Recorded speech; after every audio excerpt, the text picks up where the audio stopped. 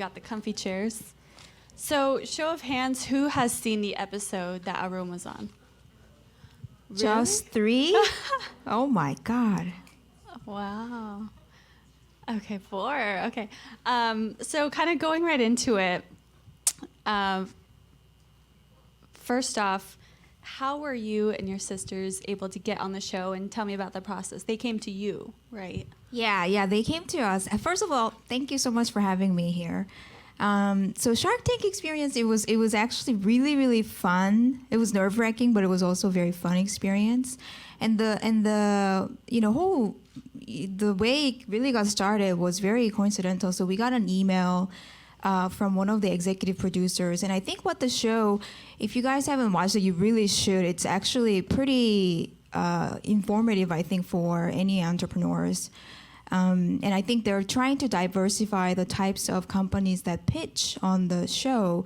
So in addition to people obviously coming to them and pitching and applying, the executive producers there actively reach out to interesting companies. And I think maybe one of the producers there, their friend or some relative have used Coffee Meets Bagel and really liked it, and they liked the story of 3 sisters having found this company in an industry that's interestingly dominated by men. And so, so they reached out to us and we started the conversation. I mean, it was a very long process, but that's how it got started. Okay, and you told me at first you were hesitant to accept going on the show, so maybe you can tell us a little bit about that. So this is kind of interesting, and I think going back to some of the advice that came out in the previous session, one thing I was mentioning to Jen when we were talking about this panel was really, I think it's important for any founders, but especially female founders, based on my experience, to be ready to seize the opportunity when the opportunity knocks your door. Because when I first got this email from the executive producer, the immediate thought I had was, okay, this could be an interesting opportunity, but just given what I know about Shark Tank and the types of companies that come up there, it's usually very, very small companies, mom and pop, store size companies. I wasn't sure if this was the right fit for us because we had already raised venture capital funding. But then in addition to that, I think part of me was also really afraid to be on the show and, be in front of 8 million people in the US, all over the world. And so, I think I was also afraid. So I kind of created this excuse for myself, sort of justified in a way, okay, probably we're not the right fit. So I actually told her, hey, I don't think you want this, a company like ours. We already have investors, and so I'm not sure if this is going to be a good fit. And then that weekend, I was talking to a girlfriend of mine about what happened, and then she really snapped at me. She was like, "Are you stupid? Why would you turn down an opportunity like this? You are the CEO of the company. Go make it happen." And I thought about it, and really, it was like, yeah, this is such a great opportunity. Why would I just turn it down without even trying? So then I went back to the producer and said, hey, I was just kidding. Can we still try this? So then, so yeah, that's, so I actually went back to her, and that's how this whole thing happened.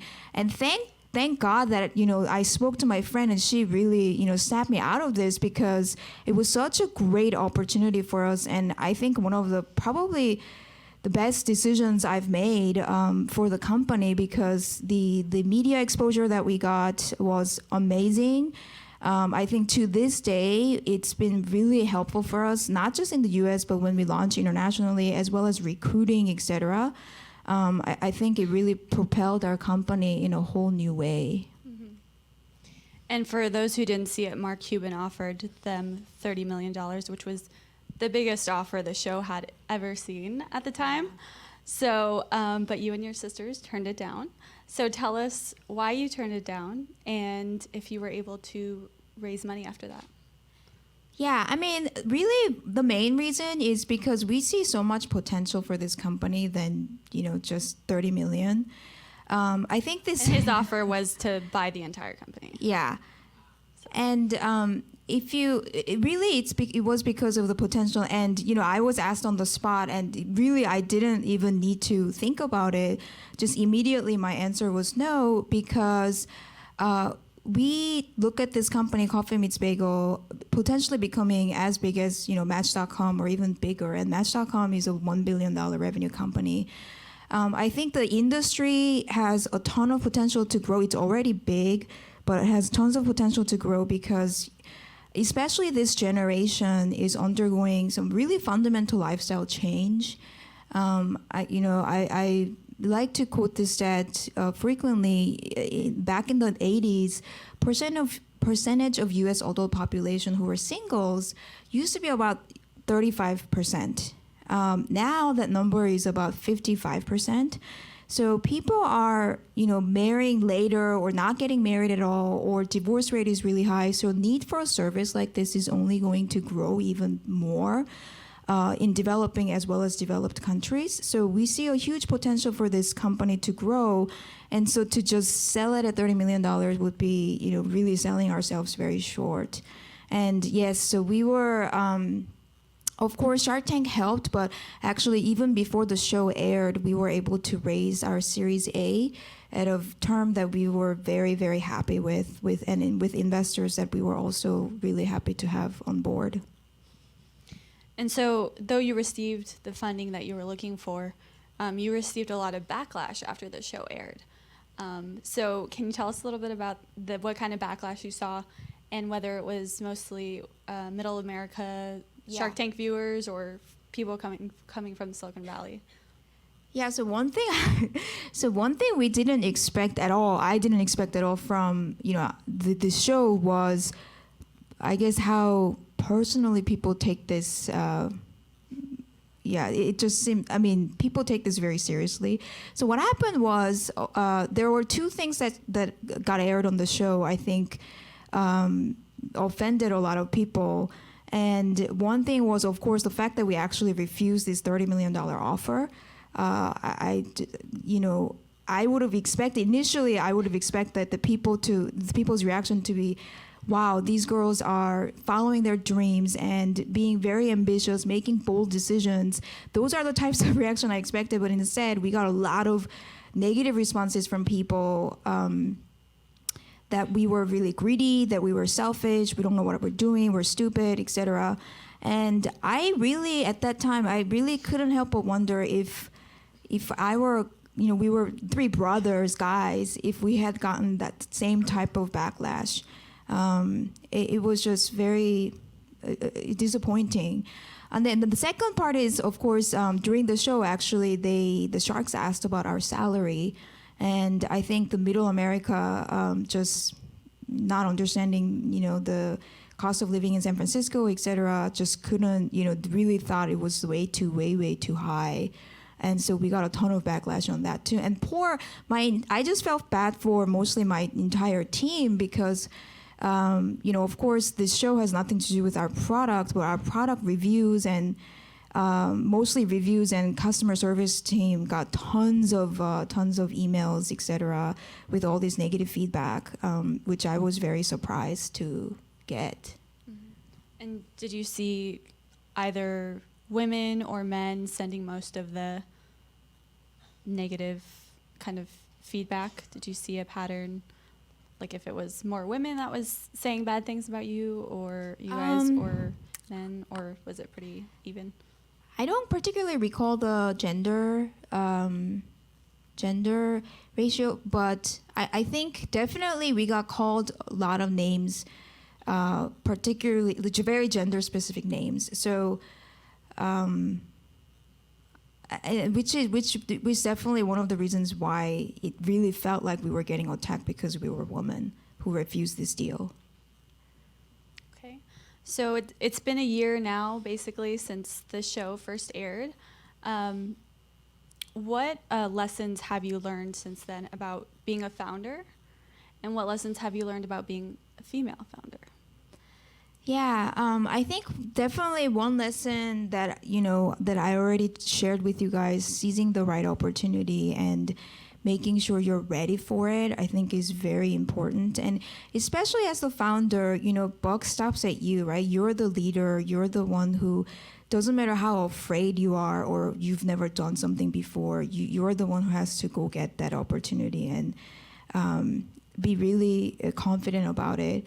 And I think the second question was, what have you learned about being a female founder, if it was any different from being a founder from that experience?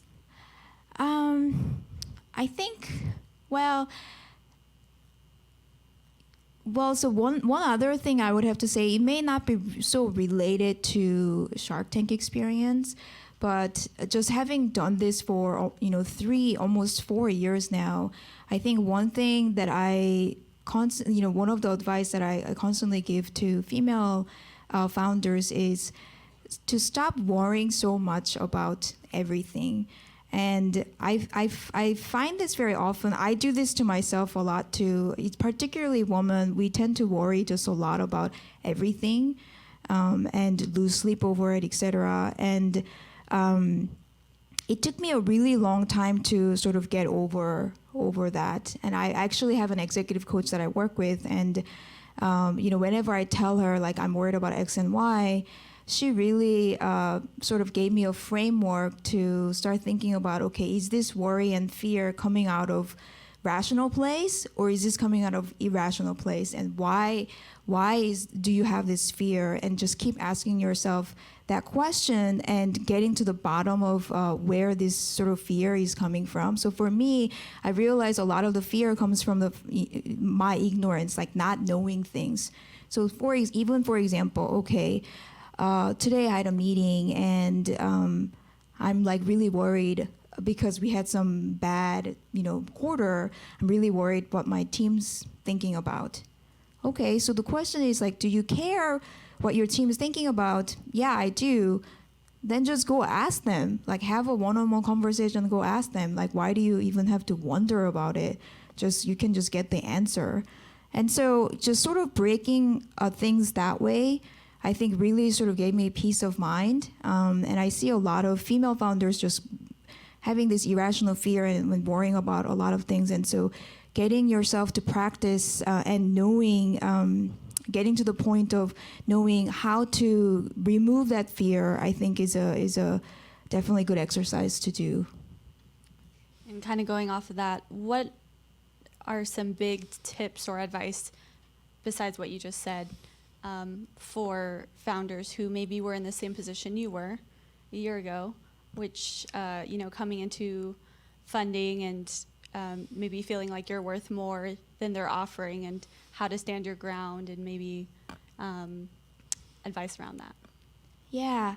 I think one advice I would give when it comes to fundraising is know what you're okay with and know what you're not okay with, but also don't take no for just flat out no answer. And what I mean by that is, you're going to get a lot of rejections, and of course you can't take everything personally, but the easy thing to do, I think, when you get rejection is, okay, well, that didn't work out, just walk away completely. And what I realized is a lot of the relationships and connections that you form through these fundraising and pitching, etc., even though it may not work out at that time, it could very well be very useful and work out at a later point. And I have a really good example. So one of the first investors that invested in us is a VC called Lightbank. They're based out of Chicago. The partners are founders of Groupon. They're very entrepreneurial focused.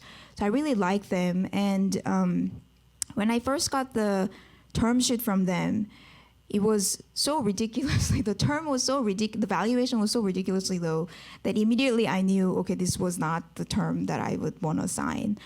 And so, my co-founders and I discussed a little bit, but pretty quickly we told them, okay, we don't want to do this deal.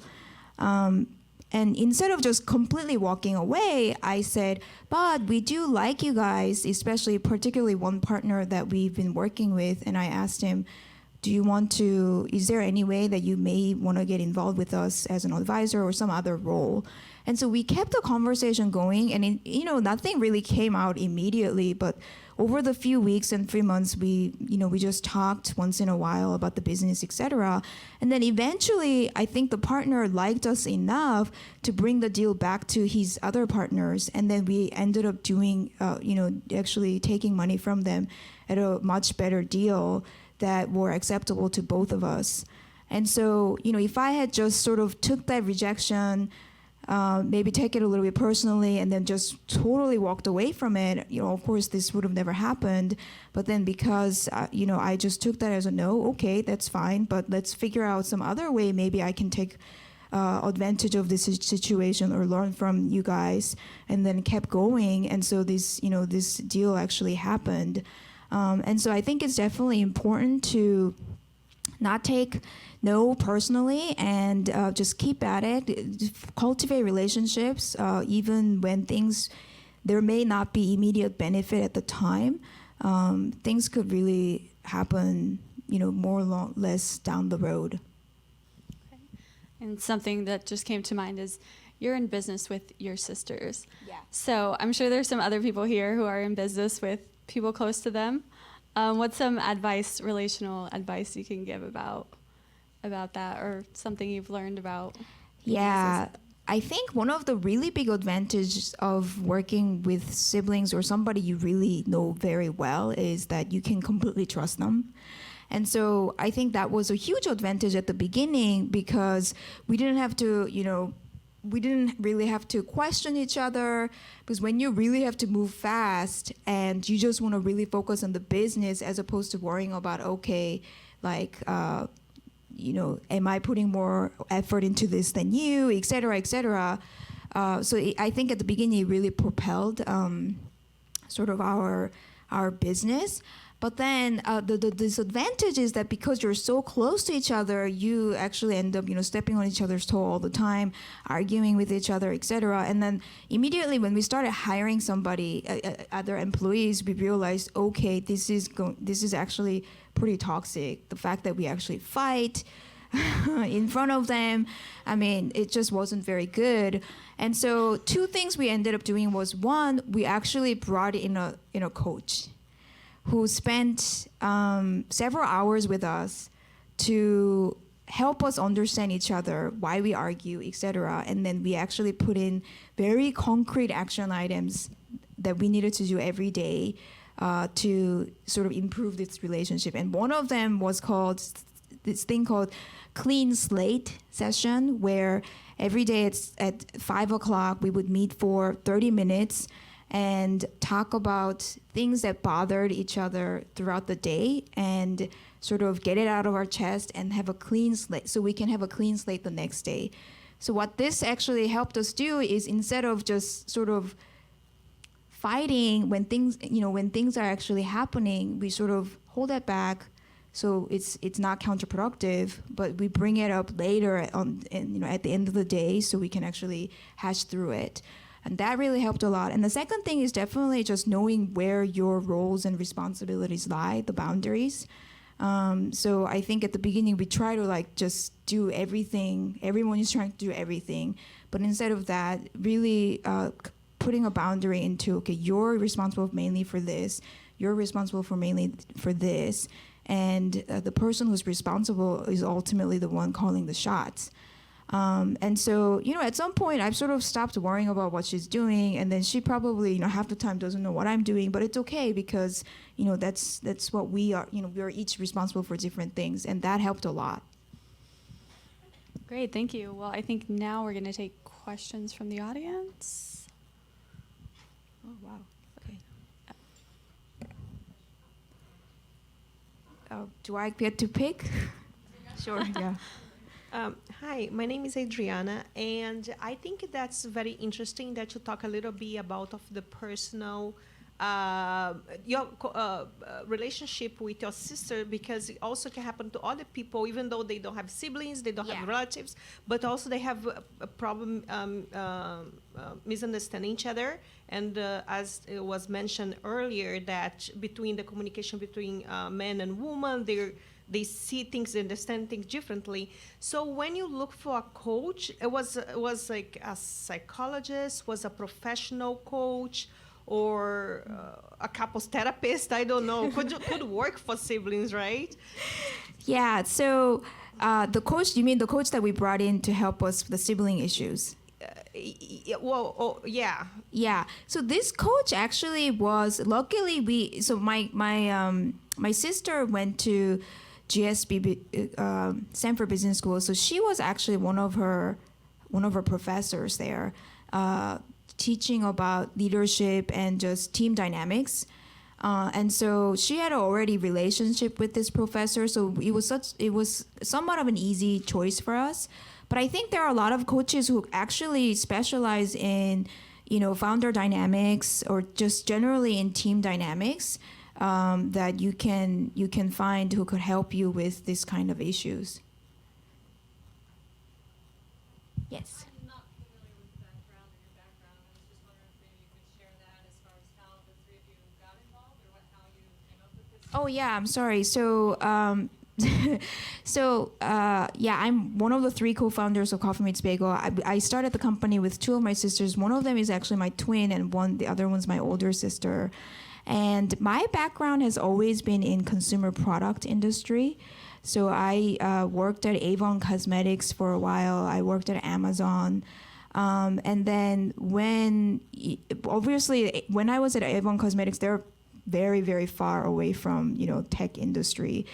And I saw the future in e-commerce. They did have an e-commerce sort of sector, but that wasn't really doing well. And, I thought to myself, okay, if I want to really learn more about e-commerce, this is definitely not the place to be. And so I actually ended up going to business school to really explore, educate myself more and explore some other industries. And that's how I also ended up working at Amazon. And after sort of 5 years of having worked at a big consumer product companies, I decided to start a company of my own. I love being in this space, consumer product industry, being able to deliver a product that consumers interact on a daily basis. And I started the Coffee Meets Bagel company a year after I graduated from business school because, one, definitely we saw a huge opportunity, even though, let's face it, there are so many products in the dating space. It's a very competitive space. But sort of ironically, it's a space that's dominated by, products that are created by men. And I say ironic because to win in this market, you really have to be able to win over women because women drive most of the actions. Women tend to be pickier, women tend to be less engaged when it comes to dating, etc. But then, of course, most of the products that are available are created by men, and they cater really to how men like to date. And how do men like to date? They really are all about just playing this numbers game. And so, our mission is to provide the best dating experience for women. And by doing that, we actually absolutely think we are enhancing experience for both genders. And what we're trying to do here is to bring more, quality and thoughtfulness back into dating. How do we do that? We very much focus on curation experience. So instead of searching or browsing, we curate all of our matches. One match a day, every day at noon. And our algorithm basically takes into consideration, of course, your profile, your preferences, and your action over time, etc., to bring relevant, personalized recommendations for you. And if there's mutual interest, then you can get connected and talk to this person for 7 days. And this sort of timing component is very interesting, right? So every day at noon, you get this match, and you have to respond within 24 hours, and you also have to sort of talk within 7 days. And we did that because what we realized in the dating industry is people sort of sign up because they want to meet somebody, but they're also very passive and a little bit lazy. And so we're trying to get people to be a lot more active through sort of playing with this timing component. Hopefully that answers your question. Yes. Yeah, so we are free mobile app, and so if you don't ever want to pay for service, you don't ever have to. But our business model is very much like freemium. If you have played any mobile games, you're familiar with this. So if there are features or things that you can unlock or get more of, if you use virtual currency, ours is in the form of coffee beans. And so you can either collect coffee beans or you can actually buy them. Is that all for questions? That's our time. Okay, well, thanks for having me. Thanks.